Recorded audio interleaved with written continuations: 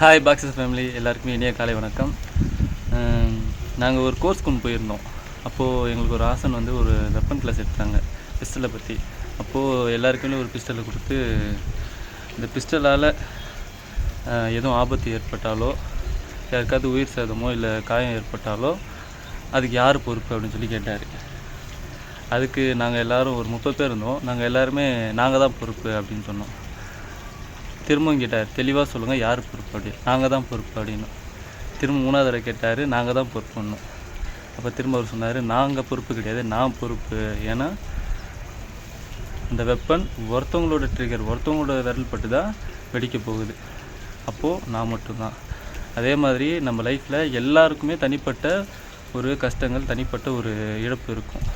அவங்க வேலையிலையோ இல்லை படிப்புலையோ இல்லை வாழ்க்கையிலையோ கண்டிப்பாக ஒரு தோல்வி ஏற்பட்டிருக்கும். அதில் வந்து மற்றவங்க தான் அப்படின்னு சொல்லிட்டு அவங்களால தான் ஏற்படுத்தின்னு இருக்கும். அவங்க மேலே, மற்றவங்க மேலே குறை சொல்லாமல், அதில் நம்மளால் என்ன பாதிப்பு, நம்மளால் நாம் என்ன பண்ணாமல் விட்டதுனால அது தோல்வி அடைஞ்சிது அப்படின்றத கண்டுபிடிச்சி அதுக்கான சொல்யூஷனை நீங்கள் தான் தேடணும்.